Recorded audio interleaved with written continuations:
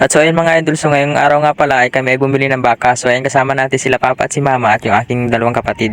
So ayun nga pala mga idol, so dito kami nagbili sa Hinabuan, Sitio Manipay. So ayun mga idol, so ikakarga na namin sa tricycle. So ayun medyo payat lang nga yung baka kasi mga idol wala din makainan masyado dito. So ayun nga pala ng aming nabilhan. So ayun nakaputing sombrero. Yan si Kuya Black Choy.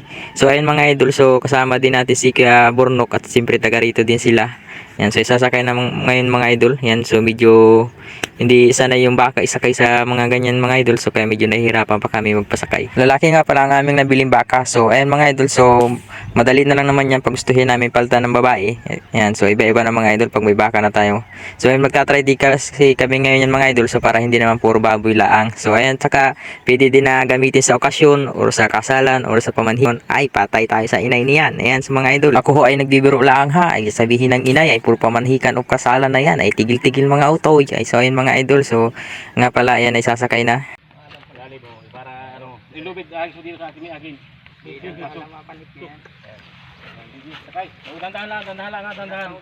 Bibigla yan. Asagad mo yung tali ha. Magkapanot matagbang yan.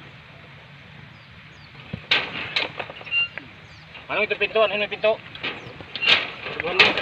Lubid!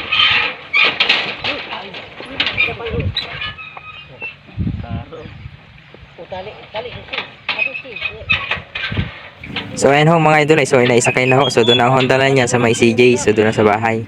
Yan, so ayan mga idol, so veterano naman yung ating sinakyan ng baka na yan. Ay talaga naman napakapugi ng ating nakakulay green no. Nakasama si Kuya Burnok. Ay talaga naman. So ayan mga idol, so doon na lang. So let's go. At so ayan mga idol, so hanggang dito na lang muna ating video. So huwag niyong kalimutan i-like and share. Ayan sa mga idol, so saka sa ating pabisita ng ating YouTube channel, Roxy Paspas Vlog. Yun lang po, thank you for watching.